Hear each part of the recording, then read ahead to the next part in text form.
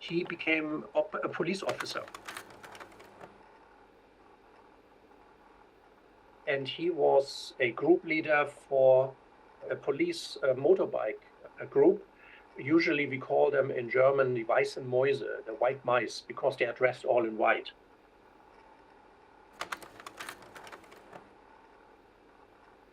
The issue with police officers at that time was that the head of the SS has at one point automatically put all police staff directly under the command of SS.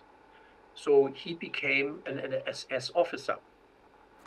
However, he did not have these famous skulls on his collar or on the army hat or on his uniform.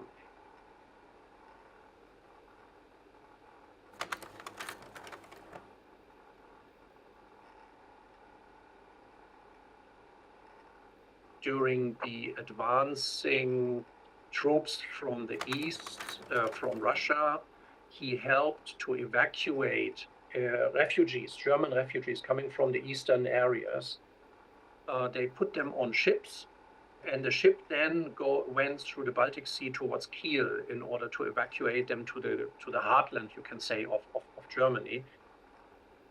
He was a prisoner of war with the US Army for a few years, and then after he was released, he returned back to his civilian life.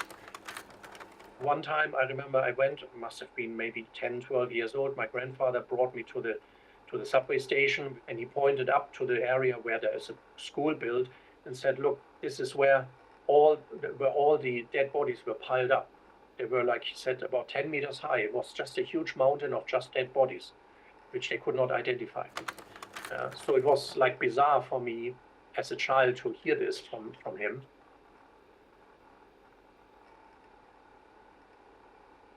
So that's a little bit got stuck in my memory from that time. I strayed close to the border outside Hamburg. It's really like meadows, cows are grazing, and suddenly you have a wooden pole, which is in the German colors. And there was a sign, you are now leaving Western Germany. That was it. I didn't dare to go any further. There was no fence or something. The fence would come later, but I could see a watchtower on the other side. And when I looked closer, I could see somebody watching me with binocular.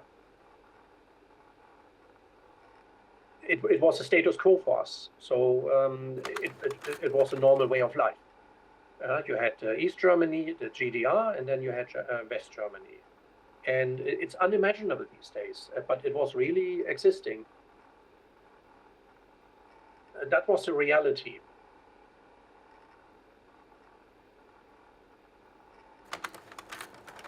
I went to military service in 1980. For 2 years, I volunteered for a few months more.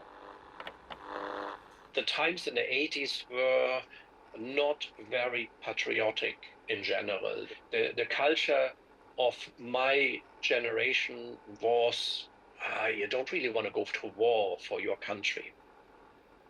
Once in deepest winter, minus 20, I think we had during winter time, I was having a shift at the gate, and I asked my comrades then, so what are we doing on our 2 hours off?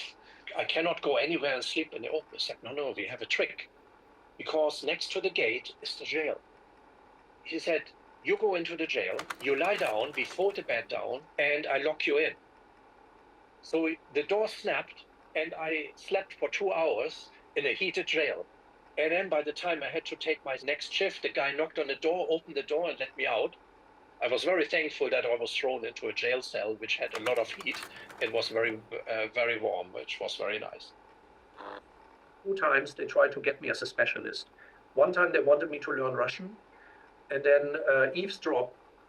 And the other time they wanted me to learn helicopter. But then both times I need to commit at least for 6 more years. And I said no.